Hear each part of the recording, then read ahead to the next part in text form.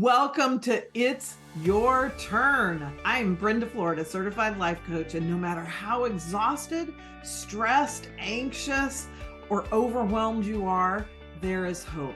You can start exactly where you are. There's nothing wrong with you.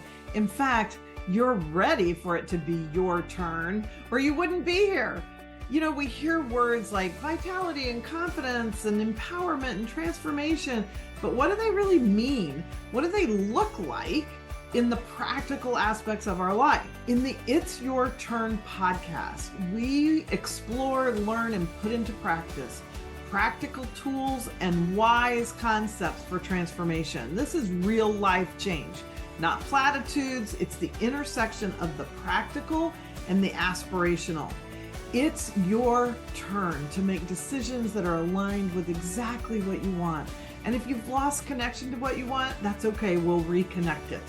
You'll learn how to shift out of self-sabotaging patterns and tap in to the clarity, confidence, and vitality that you may feel like has been lost forever.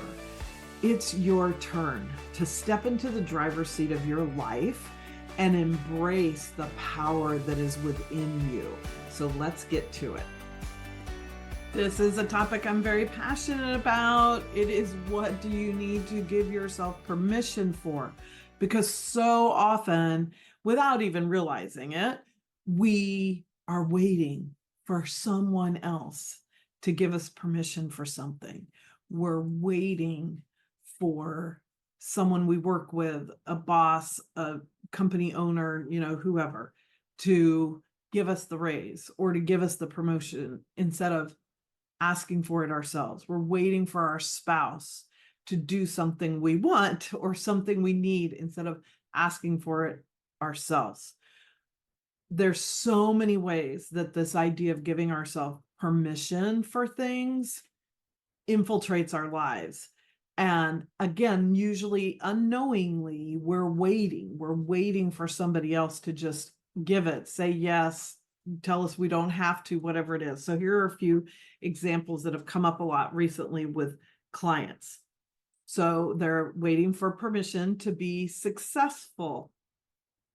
It's funny because you would think that's easy. And I work with pretty much everybody that works with me is very ambitious in multiple ways, professionally, personally, what they want out of life, all those things.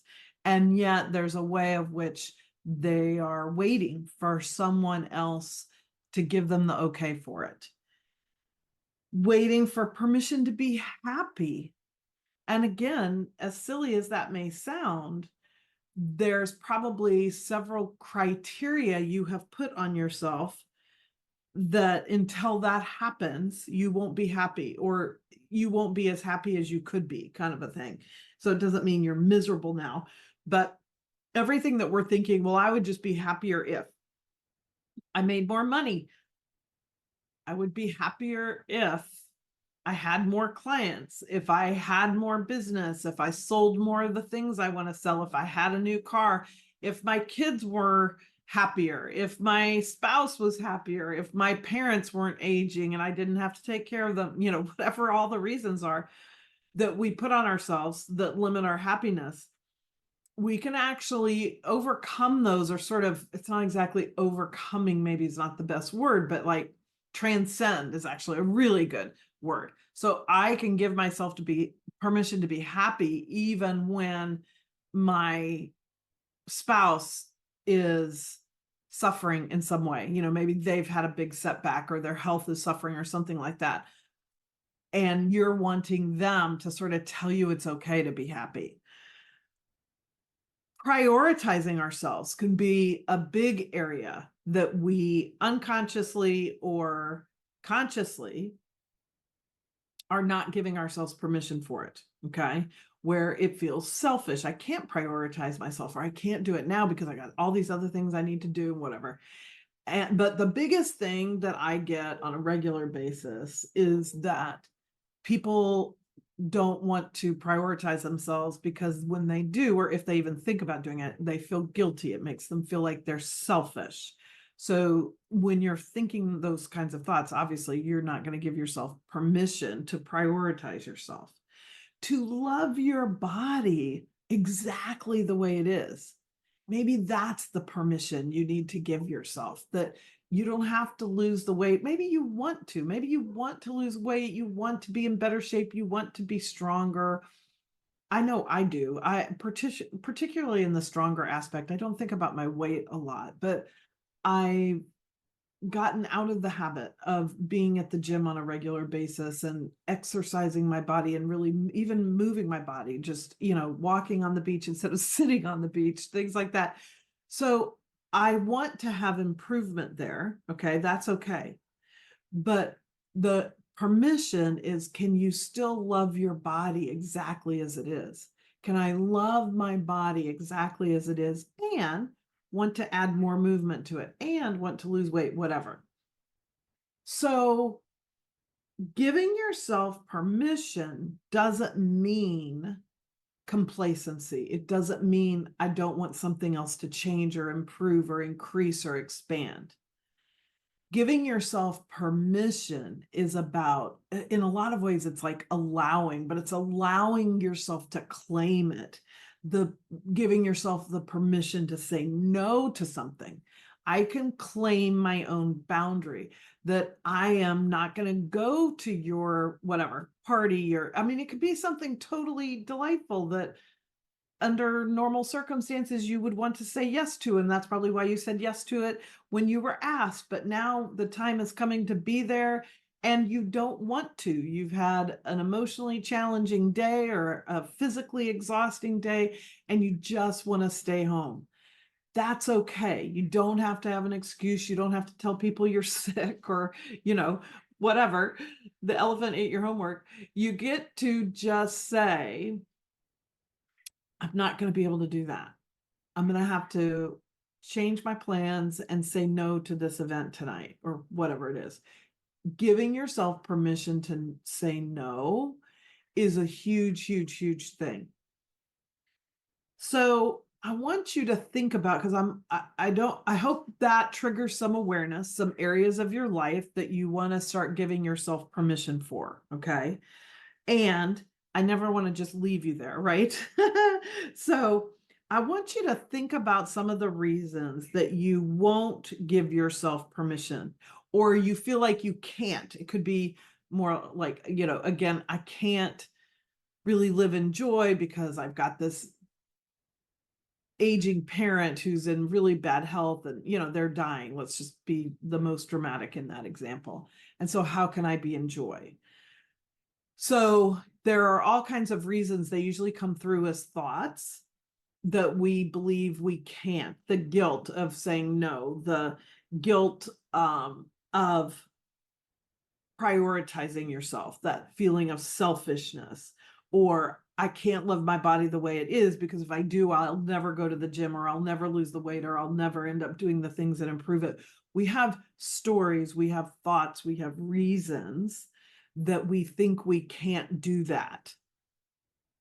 And so I want you to write those down, because being clear on what they are, sometimes even just writing it down is enough for you to realize, oh, wait a minute, this is not really a legitimate excuse, right? Like sometimes once we write something down, we realize, how sort of silly it is, or how, I don't mean that in a judgmental way, but just a way that's like, oh, wait a minute, that doesn't have to stop me. I think that my dying parent probably wants me to still have some joy and happiness in my life. I know as a parent, when I am in my final days, I don't want my kids to be miserable. That's not going to help me. So, sometimes just in the writing them down, we can kind of break out of it a little bit. But if that doesn't happen right away, then ask yourself those questions in a gentle way that isn't harsh on yourself, isn't judging yourself. We don't want to turn this into, well, I'm not good enough, I suck, that's why I don't give myself permission. We never ever want to use any sort of self-improvement or personal growth to beat ourselves up. And that happens a lot. I know that. I did it to myself a lot. But I just want to say out loud, I'll probably say this in other podcasts. I probably have said it in other podcasts. I do not want you to use any sort of self-improvement as a way to actually wind up beating up on yourself more. So what we want to do is come up with those reasons, write them down, and then sort of ask ourselves that, like, that, is it really true? Like, is that the actual only possibility? Is it 100% true that I'm being selfish by taking time to myself instead of cooking my kids dinner? Well, no. The kids may not like it because I've been cooking dinner every night for years. They may not like it. They might complain about it. The food may not be that good, whatever. But it's not selfish, like not 100%. Like this sort of absolute, very few things in life are absolute. So that's what that question, that is it true, is meant to sort of get the mind a little off kilter, sort of interrupt that pattern that's just like, yep, you're selfish because you're the mom and you should be doing this and blah, blah, blah, all those thoughts that come in. And or just the feeling of that responsibility, and instead be able to say, wait a minute, there's bound to be a different way. There's bound to be some other possibility. This can't be absolutely the only way to feel, because somebody else is in that same circumstance and they are not feeling that way. They're not saying those same things to themselves. And so we're looking for a way to sort of interrupt, trip up the mind and be like, wait, maybe there is another answer. Maybe I can give myself permission for this. And part of the power in being able to do that, or being able to follow through once, of course, ideally, once we have that kind of little crack in the door, then we start to find a different way of being, a different way of showing up for ourselves, a different way of showing up with other people. And I realize that's maybe the bigger step. That's a lot of what people come to work with me one-on-one with. And of course, I am taking one-on-one clients right now, and I would love to have you reach out to me. You can get, the ways to do that in the show notes. You can drop a comment wherever you picked up this podcast. You can find me on Instagram if you don't already follow me there, Brenda Florida Coach, and simply DM me. But there's a link in the show notes to book a 15-minute call that's free, because the ability to get from, okay, maybe I can give myself permission for that, and then what doing that starts to mean, right? There's a ripple effect of actionable things we need to do in our lives to start to actually manifest that permission. And that can be very hard to navigate on your own. That's true for everybody. I think there's such a misnomer out there that we should, once we have an awareness of what's wrong, we should just be able to then fix it. We should be able to chart a different path. Well, no, charting a different path is really, really, really effing hard. And it is so much easier to do it with a really good life coach like me. Doesn't have to be me. Just make sure it's a good one that works, that you fit with and you feel like you can work with, and is that it is giving you really practical, actionable things. But it's kind of like if you were to just step into a gym, and let's say you've not been to the gym in a while or whatever, and you're looking at the gym floor with all the machines, right? All the exercise machines, weight machines, free weights, like all the things. And you're like, okay, I know I want to improve my body. I know I want to strengthen my body. Okay, that must mean doing something with weights, right? Like that doesn't take a genius, right? But then it's like, oh, but there's all these different things I could do, and I'm not really sure which ones will do the best things for my, as far as what I want out of my body. And given any limitations my body might have, or, making sure I'm using the right form, whatever, like it's just such a big project to do alone. And could you? Yeah, you could go to each machine and read all the little pictures that tell you how to use it right and what muscles it targets and whatever. You could watch YouTube videos or whatever. But your highest quality experience at the gym is always going to be with a personal trainer. And that's what I consider myself for your life. Like my clients work through all kinds of things, everything I've talked about today, from being successful professionally to find, really allowing themselves more happiness, to ending people pleasing, to prioritizing themselves, to loving their bodies as they are, to learning how to say no, and all kinds of other things. So relationships with, spouses, with children, with adult children, with, coworkers, aging parents, all the things, because that's why we call it a life coach, right? What I help people do is use these tools that work in every arena of life. But it is so much easier to go through it with somebody else, to have somebody else who's been there and done it, help you learn how to do it.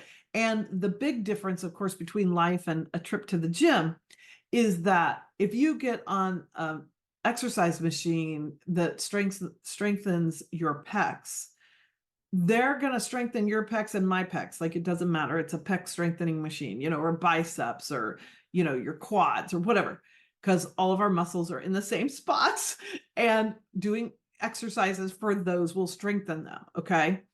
In life, everybody's journey is a little bit different, and what impacts you and what helps you can be a little different, or a little different nuance to something. So I have, like, whatever, I don't count them, a whole bunch of tools, whatever. Let's randomly say I have 20 different tools I use with clients.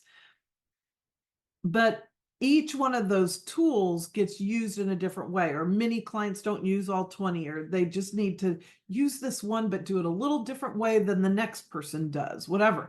And so that's my job. It's not cookie cutter coaching, because life isn't cookie cutter. You have an aging parent, your friend has an aging parent, and you respond a little bit differently. Sure, there are things you have in common. That's the equivalent of the tool.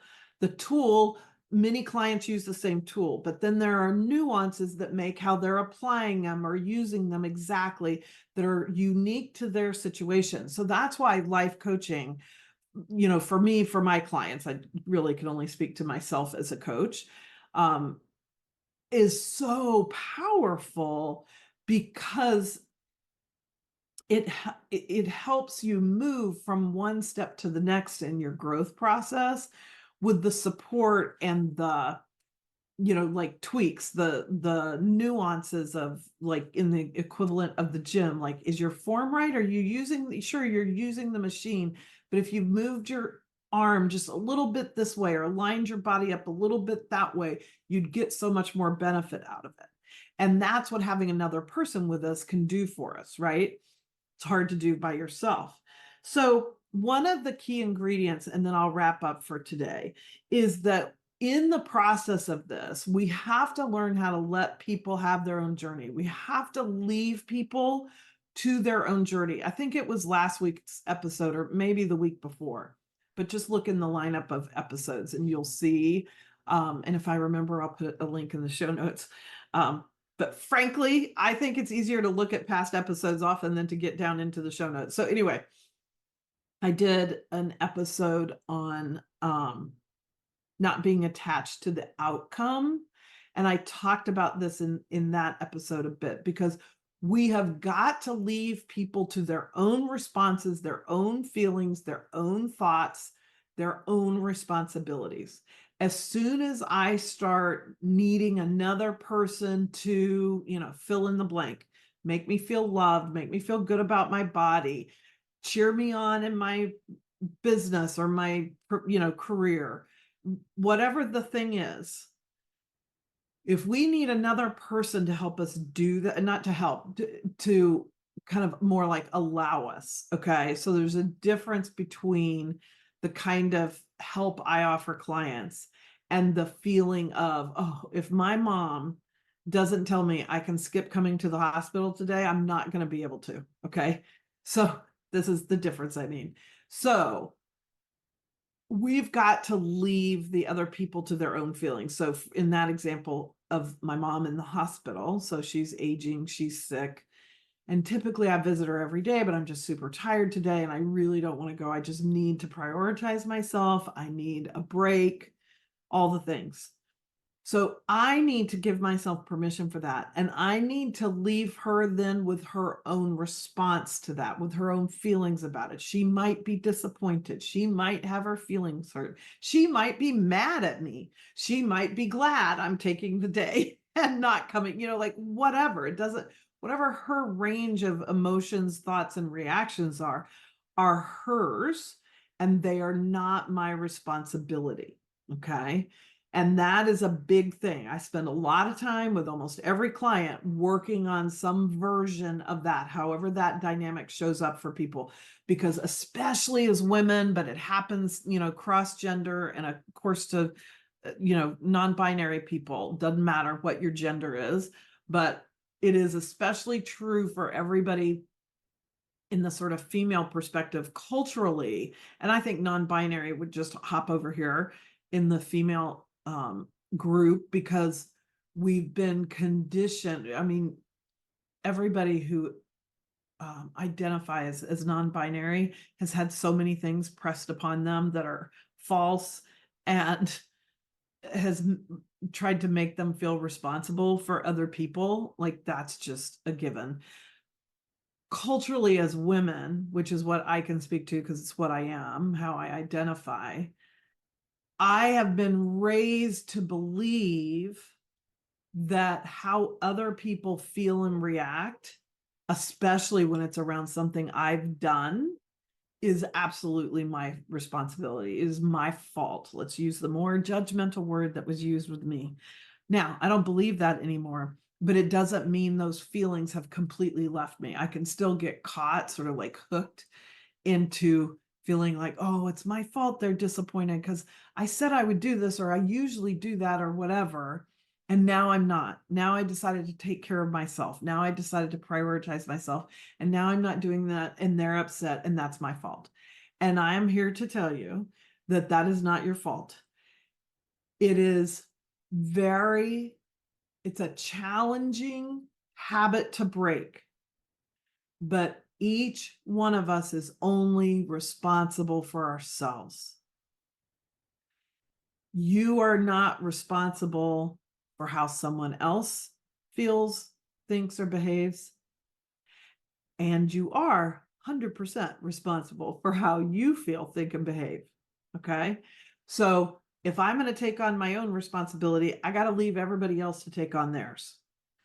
So again, that's kind of a big topic. And there's a lot of everybody's story, everybody's nuances around that are a little bit different, but we can all relate to it because we've, most all of us have been fed into some sort of belief system that makes us responsible for how other people are feeling or thinking or reacting. And so part of the power that becomes available to you when you give yourself permission is the power that is personal to you, that is only yours, and you never have with another person. And that's real power, because I never, even if I have the illusion I'm controlling somebody else, or I can make somebody else do something or feel a certain way, I don't have any power in that. They do, because I'm dependent on their response. So we've got to get back in the driver's seat of our own life and be responsible for ourselves, how we're thinking, feeling, acting, behaving, reacting, all of that, and get out of everybody else's driver's seat, because we don't belong there. So I would love to hear what you want to give yourself permission for. Okay. So put it in the comments wherever you're getting this, or head over to Instagram and DM me or email me, whatever you want to do. I want to hear how you want to give yourself permission, not how, what you want to give yourself permission to do. And it could be super tiny. It could just be to take a bubble bath.